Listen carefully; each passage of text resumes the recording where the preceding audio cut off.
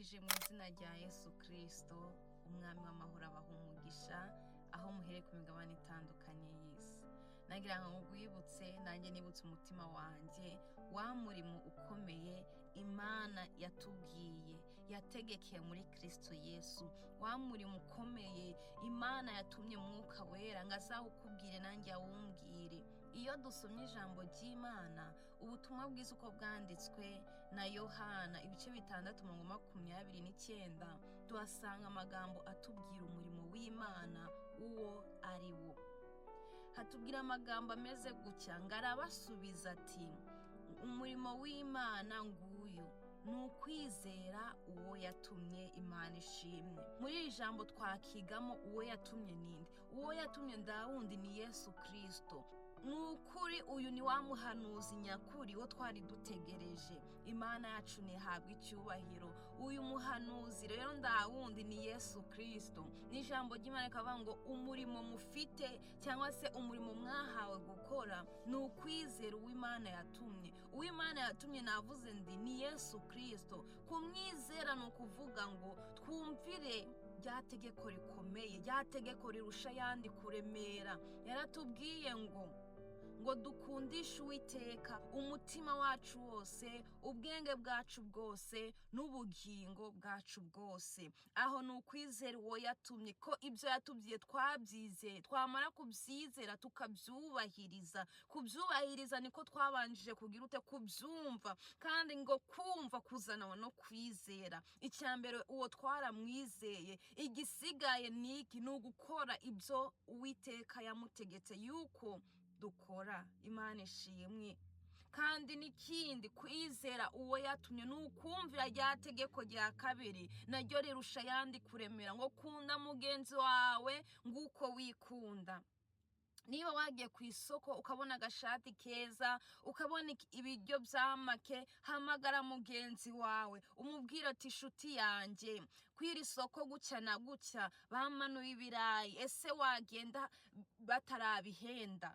Uko ni ugukunda mugenzi wawe. Kandi n'ikindi, gukunda mugenzi wawe ni uko wumva icyo ukeneye ko nawe yagira ute? Yagikenera. Imana ishimwe. Kwizera rero uwo yatumye ni ukumva ya mategeko yose yavuye mu kanwa ka Yesu, tukayumvira, tukayakurikiza, tukayubahiriza. Kwizera uwo yatumye ni ugukora ibyo ashaka, ni ukugenda uko ashaka. Kandi muribuka nanone Yesu abatizwa na Yohana, ngo inuma yamuguyeho, imuguyeho ngo mu kirere humvikana ijwi rivuga ngo nguyu umwana wanjye ngunda ngamwishimira, ni mu mwumvire.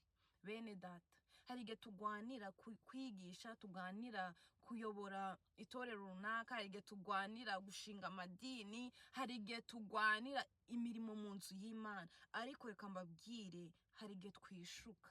Siko ibyo Imana idashaka ko tubikora. Imana irashaka ko tubwiriza abanyamibabaro bumve bururutse. Imana irashaka yuko tubwiriza abanyabyaha bumva ijambo ry'Imana bakizwe. Ariko ngo umurimo Imana dusigiye ngo ni ukwizera uwo yatumye. Kwizera uwo yatumye niko twakumvira amategeko n'amateka byavuye mu kanwa ka Yesu Kristo. Ntabwo kwizera uwo yatumye ari ukuvuga ngo ni ukubwiriza. Hari igihe wabwiriza Imana itari no kukubona. Hari igihe wabwiriza umutima wawe unuka, umutima wawe uri kure y'Imana, umutima wawe ucuza umwijima, umutima wawe urimo ibigabane Uwiteka. Imana itugirire neza, Imana iturengere. Rero ngo iryo jwi rirumvikana mu kirere ngo nguyu umwana wanjye ngunda ngamwishimira, ngo ni mu mwumvire.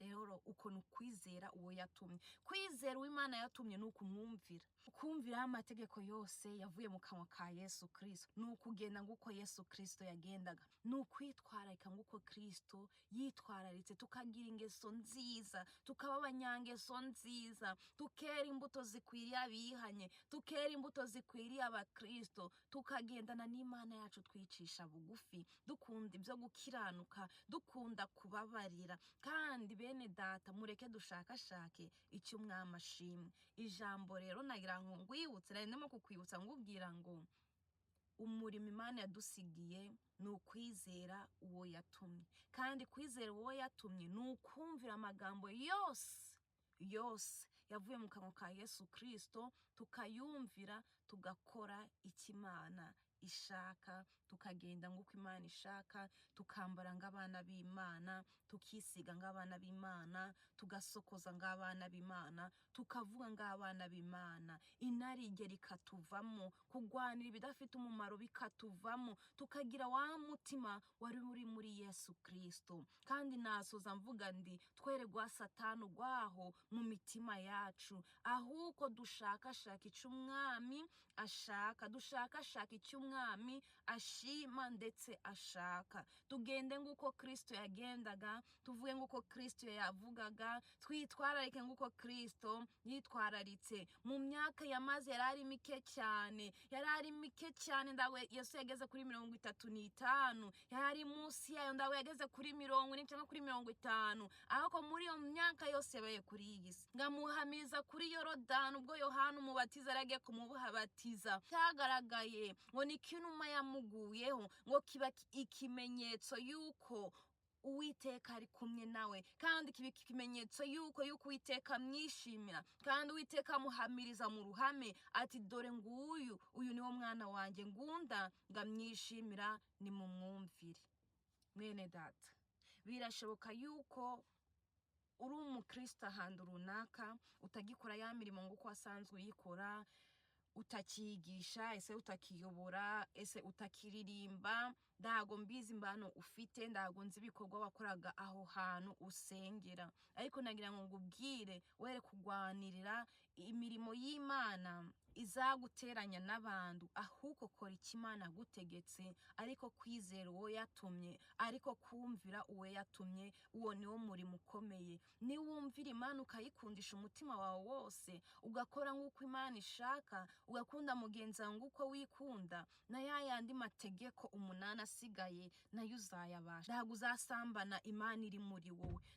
Ntabwo uzatukana, Imana iri muri wowe. Ntabwo uziba, Imana iri muri wowe, kuko uzamenya umurimo Kristo yagusigiye, kari ukumwumvira, ugakora ibyo yategetse byose, ukagendana n'Imana yawe wicisha bugufi, ukagendana n'Imana yawe ukunda gukora ibyo gukiranuka, ukunda ibyo gutanga imbabazi, ukunda kugira neza, ukora wa murimo nyine ngo kwizera uwo yatumye. Wamara kumwizera ukamwumvira, wamara kumwumvira ugakora ibyo yagutegetse byose. Imana amahoro ibaha umugisha. Shalom shalom.